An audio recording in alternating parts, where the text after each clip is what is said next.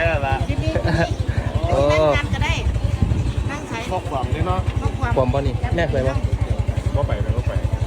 เพื่อนนะ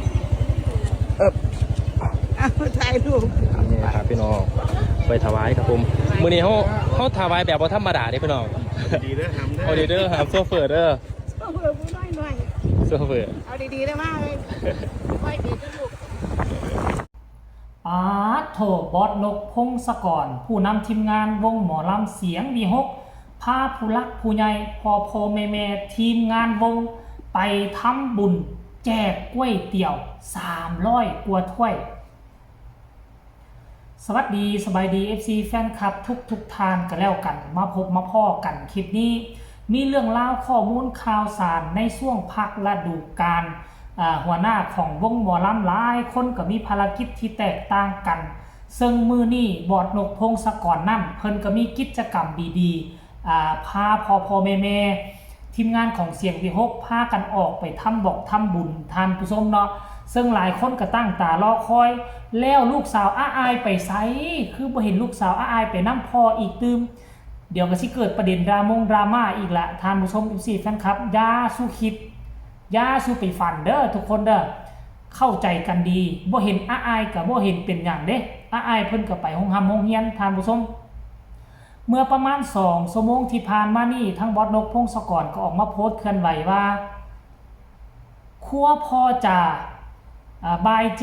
เจต่องว่าซั่นเด้วันนี้เฮามีก๋วยเตี๋ยวไก่300ถ้วยแจกให้กับสายบุญที่มากราบหลวงปู่วัดโนนสว่างหลวงปู่เจริญ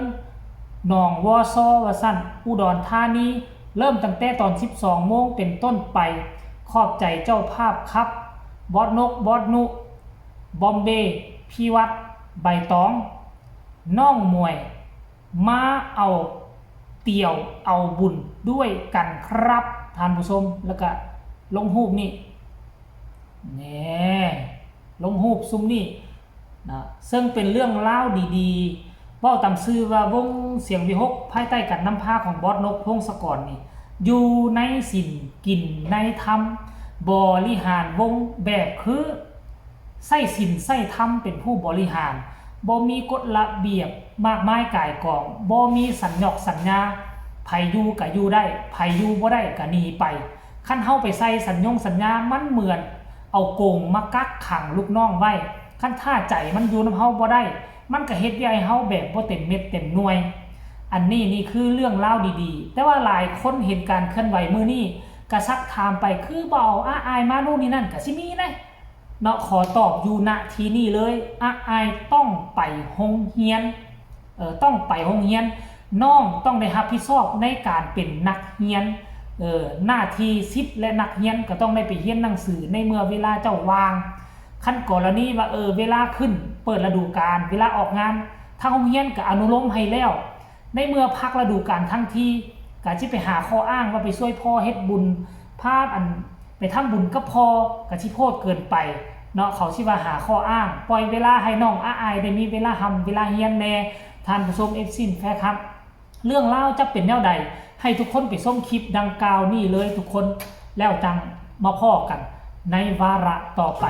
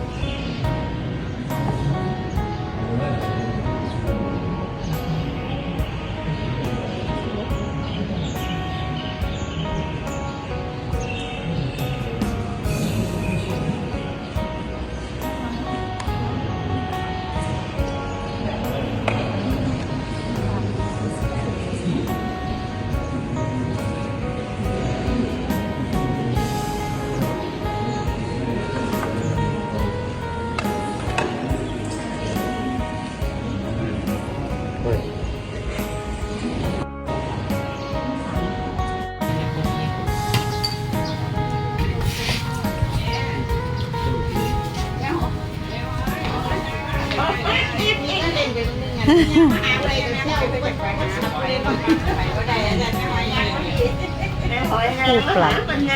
ว่ามือเอา ปรุงก่อนแต่แล้วบอกมาแล้วเป็นพี่แล้วก็คนมีเดียกันแล้วพ่อขอเวลาถามแม่ค่ะก็สวยมากแม่ค่ะ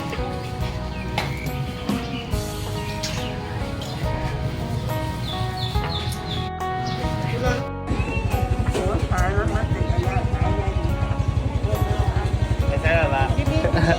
โอ้ นั่งก็ได้นั่งใช้ พวกความนี่เนาะ ความบ่นี่แนบเลยบ่ บ่ไปแต่เพื่อนนั่ง ถ่ายรูป นี่ครับพี่น้องไปถวายครับผมมื้อนี้เขาถวายแบบบ่ธรรมดาเด้พี่น้อง ดีเด้อทำได้ เอาดีเด้อครับโซเฟอร์เด้อโซเฟอร์ เอาดีๆได้มากเลยไม่มี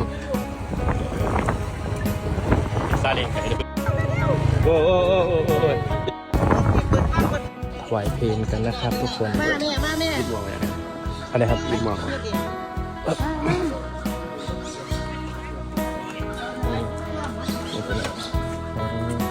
มาแล้วพี่น้อง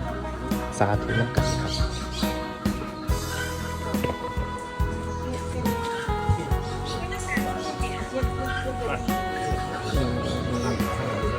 สาธุ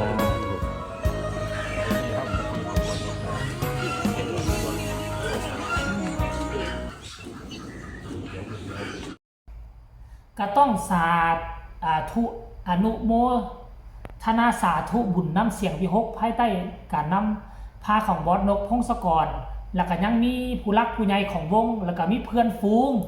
รุ่นเล่าข้าวเดียวในแวดวงการหมอลำน้ำกันที่สมทบมาผู้ละเล็กละน้อยทานผู้ชมเดี๋ยวนี้กับ12 โมงโอ้ย1 โมงยังแล้วค่อยว่า300 ถ้วยคงจะเบิดตั้งแต่เปิดประมาณ10-20 นาทีพุ่นละผู้ใดได้ไปวัดโน้นสว่างก็มีโอกาสก็ได้ไปกินลองเบิ่งบุญรักสักไงได้กินของบอสนกพงศกรก็ได้เพิ่นก็เฮ็ดเป็นประจำมันแหละส่วนสิได้กินแต่ค่อยบ่มีโอกาสดอกคนละประเทศกันคือสิมีบุญวาสนาคักผู้ใดได้กินก็ขอให้โชคให้มารแล้วก็ขอให้ทั้งวงเสียงวิหกของนกพงศกรฤดูกาลที่จะมาถึงนี่ก็โด่งๆดังๆเปี้ยงปังไปหน้าติ๊กๆทำความดีต้องมีสิ่งดีๆตอบแทนขึ้นมาแน่นอนท่านผู้ชมเดี๋ยวมาติดตามเบิ่งกันแล้วกันเด้ออนาคตภายภาคหน้าฤดูกาลที่จะมาถึงนี่ทั้งเสียงวิหกของบอสนกพงศกรจะมีการปรับปรุงแก้ไขแนวใดกับปัจจุบันนี้ก็เริ่มแล้วจอ LED ไฟบอกไฟบีมเริ่มลังไหลกันเข้ามาแล้วได้เนาะว่าจะแตกต่างจากฤดูกาลที่ผ่านมาคือแนวใดก็ให้ทุกคนกดไลค์กดแชร์กดติดตามช่องนี้เอาไว้เพราะจะได้ติดตามอย่างใกล้ชิดและจะได้นำเสนอให้ FC แฟนคลับฮู้ข่าวในวาระต่อไปอีกครั้งหนึ่งเนาะสำหรับคลิปนี้ก็ฝากกดไลค์กดแชร์กดติดตามที่สำคัญอย่ากดข้ามโฆษณาFC แฟนคลับท่านใดมีคำคิดคำเห็นคือแนวใดก็ให้คอมเมนต์มาได้ทางใต้คอมเมนต์ลาทานผู้ชมไปเพียงสามีก่อนสบายดี